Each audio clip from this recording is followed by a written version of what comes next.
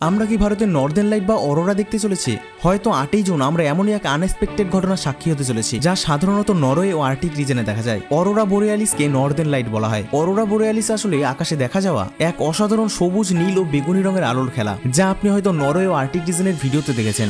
এবার এমনটা হওয়ার কারণ হলো 6ই জুন আমাদের সূর্যের মধ্যে একটা শক্তিশালী সোলার ইরাপশন হয়। এই বিস্ফোরণের ফলে চার্জ পার্টিকেল সূর্য থেকে পৃথিবীর দিকে 14 কিমি প্রতি সেকেন্ড গতিতে পৃথিবীর দিকে ছুটে আসছে। এবার যখন এই সোলার পার্টিকেল পৃথিবীর ম্যাগনেটিক ফিল্ডের সাথে সংঘর্ষ করে, তখন আমাদের অ্যাটমসফিয়ারে এনার্জি রিলিজ করে, আর অ্যাটমসফিয়ারে এনার্জি রিলিজ হওয়ার কারণে অরোরা বোরেয়ালিস বা নর্দার্ন লাইট তৈরি হয়। এবার নর্মালি এই ফিনোমিনা আর্কটিক রিজনে দেখা যায়, কিন্তু যদি এই জিওম্যাগনেটিক স্টর্ম এক্সপেক্টেড থেকে আরো বেশি পাওয়ারফুল হয়, তাহলে ভারতের কিছু উত্তরাঞ্চলে অরোরা দেখা যাওয়ার সম্ভাবনা তৈরি হতে পারে। তবে পুরো বিষয়টা নির্ভর করছে ওয়েদার কন্ডিশন এবং একটি গুরুত্বপূর্ণ ফ্যাক্টরের উপর, যেটাকে সায়েন্টিস্টরা বিজেড ম্যাগনেটিক ফিল্ড বলে। যদি এই ম্যাগনেটিক ফিল্ডের ডিরেকশন পৃথিবীর জন্য অনুকূল হয়, তাহলে সৌরঝড় আরো বেশি শক্তিশালী হতে পারে, আর তখন এই অরোরা উত্তর দিক থেকে দক্ষিণ আরো বিস্তৃত হয়ে ভারতের কিছু উত্তর অঞ্চল পর্যন্ত দৃশ্যমান হতে পারে।